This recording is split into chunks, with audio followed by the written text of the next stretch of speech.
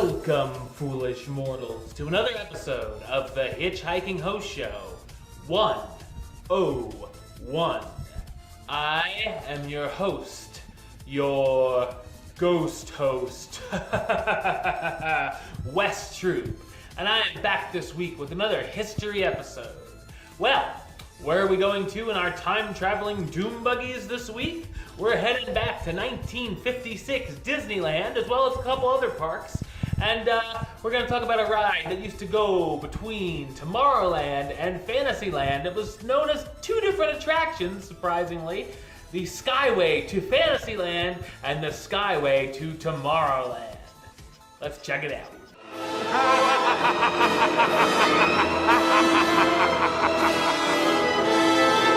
While no longer an option of transportation throughout the parks, years ago you could hop into a bucket and soar from Fantasyland to Tomorrowland and vice versa via the Skyway at Disneyland, the Magic Kingdom, and Tokyo Disneyland. The first Skyway in the Disney park, of course, was found at Disneyland. This version was built by Von Roll Limited, which is based in Bern, Switzerland, and was a 1947 sidechair model. Walt Disney Imagineering actually bought the ride from Switzerland, making it the first Von Roll Type 101 aerial ropeway in the United States. The Skyway would be a gondola lift that would take riders back and forth between Fantasyland and Tomorrowland. Essentially, the Skyway was actually two separate attractions, as the route from Fantasyland to Tomorrowland was known as the Skyway to Tomorrowland, and the route from Tomorrowland to Fantasyland was known as the Skyway to Fantasyland. In the early days of Disneyland, you could buy a ticket for a round trip or two separate trips, but it changed to a one-way ride soon after. The Skyway attraction opened at Disneyland in Fantasyland and Tomorrowland on June 23, 1956. Guests could walk up the stairs to the traditional chalet in the Alps of Fantasyland. After waiting in line and handing over a quote-unquote D coupon, a cast member opened the door of a round metal bucket for you. Inside were two seats as well as a center post that goes right down the middle of the bucket. There was a support cable in each direction, and it moved at a constant speed to pull the buckets through the sky. Once you were seated, your bucket was engaged onto the cable. Visitors could see a great view of Storybook Land, Captain Hook's pirate ship, and all of the other great Fantasyland attractions. The Skyway could be seen as a different type of ride. For some, it was a mild ride for sightseeing. However, the buckets would tend to sway back and forth whenever the cable went over a support tower, which caused anxiety among some and thought it was more of a thrill ride. Of course, to return from Tomorrowland when you were done or just going that way anyway and wanted to take the Skyway to Fantasyland, it would cost you another D ticket. Very different from the loading building at Fantasyland, the Tomorrowland station was a modest, modern building. While the machinery that pulls the gondolas through the sky was over at the Fantasyland station, the Tomorrowland station was where 35,000 pounds of weight pull on the cables were found to keep them properly taut. You could get a good view of the Autopia and Rocket to the Moon attractions, the TWA Moonliner, and all of the rest of the Tomorrowland had to offer at that time. Of course, you could see the same sights on either version of the ride. About a year later, some big plans for both Tomorrowland and Fantasyland were coming into play, and it would greatly affect the Skyway. The Skyway closed in late 1957 during the construction of these upcoming attractions. The Skyway's tallest tower of 60 feet was demolished, and a little ride you may know as the Matterhorn bobsleds was built into its spot. When the Matterhorn was planned, it was designed for the Skyway to pass through it. The Skyway would reopen in 1959 along with the new Tomorrowland attractions, including the Matterhorn, which is now considered a Fantasyland attraction, the motorboat cruise, the Disneyland monorail, and the submarine voyage. On either trip, the Skyway would pass through the two large openings on either side of the mountain. The Matterhorn also served as the center support towers for the cables. The next change to the Skyway came in 1965 when rectangular buckets replaced the original round buckets. Disney Imagineer and now legend Bob Gurr was asked to design new buckets with 4 seats instead of 2, which would double the capacity of the attraction. But he could only add a few pounds to the total weight.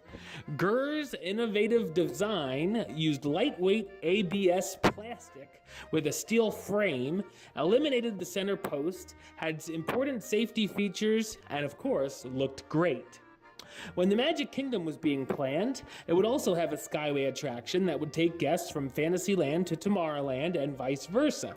Magic Kingdom's Skyway debuted on the park's opening day, October 1st, 1971, in Fantasyland and Tomorrowland.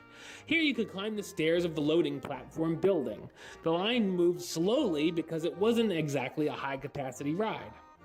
A cast member pulled the gondola onto a stationary overhead rail. They opened the door for you and you got in. Each gondola could hold 4 adults or 700 pounds. If 4 of you were on board, 2 of you would face forward and the other 2 would face backward. After closing the door, the cast member pushed your gondola onto the moving cable. Your gondola rocked back and forth a bit and ascended high into the sky above the park. Park guests saw the sights of these versions of Tomorrowland and Fantasyland, including the 20,000 Leagues Under the Sea attraction, and had a great view of Cinderella Castle. The most unique part of the Magic Kingdom Skyway journey was a 100-degree turn out in the middle of the Tomorrowland Speedway, where there was a large platform 10 to 15 feet off the ground, with several supports, pulleys, and tracks. To achieve the turn, buckets entered the platform on one cable, were lifted off their approaching cable, went around the corner on a track, and were then placed on another cable traveling on in the new direction.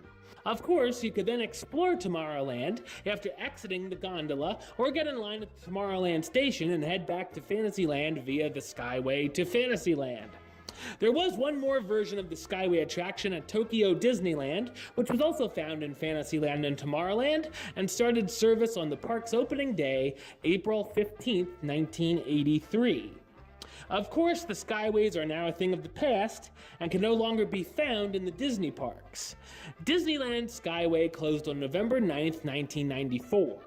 The reason for closure was attributed to metal fatigue. Stress cracks had developed inside the Matterhorn tower battery supports, and the only way to do maintenance was to open up the Matterhorn to do work on it. The Skyway's operating budget was transferred to Indiana Jones and the Temple of the Forbidden Eye attraction. The holes in the Matterhorn were partially filled in, and the Skyway's cable and supports were dismantled within weeks. While the Tomorrowland Skyway station at Disneyland was removed soon after the attraction's closure, the Fantasyland Skyway station stuck around a bit longer. The sidewalks up to the station were simply chained off for guests, and the chalet remained empty, eventually hidden from view due to overgrown trees. It remained intact until mid-2016, when it was removed to make room for, you guessed it, Star Wars Land. In 1998, Tokyo Disneyland closed its Skyway. The Fantasyland station was removed to make room for Pooh's Honey Hut, while the Tomorrowland station was remodeled into the Stellar Sweets candy store. At the Magic Kingdom, the Skyway was removed in 1999. The Tomorrowland station was demolished in the summer of 2009, while the Fantasyland station was used for stroller parking, but was demolished for a Tangle-themed restroom area in 2012. I love those restrooms, by the way. A tribute to the Skyway was added to the Matterhorn bobsleds after an extensive refurbishment in 2015. Several wrecked Skyway buckets and the Matterhorn bobsled vehicles from the park's history appeared just past the top of the lift hill, torn to shreds and abandoned by the attraction's abominable snowman. While the Skyways at Disney parks can no longer be found, those who remember their journeys on the ride have fond memories of soaring over Fantasyland and Tomorrowland. Alright, well that's the show. I'll be back with another history episode next week, as well as another trending topic show where I'm going to talk about what happened down in the Disney parks. But until then, don't forget to subscribe right here on YouTube. YouTube.com/HitchHostShow. You can like the show on Facebook, facebook.com/HitchHostShow. Follow on the Twitter at HitchHostShow. And if you want to listen to the show, or you are listening to the show, you can do so over on Podbean. It's hitchhostshow.podbean.com. Or you can search on iTunes or Stitcher under West Troop or the HitchHiking Host Show. Until next time, don't forget to hurry back for the next episode. See ya.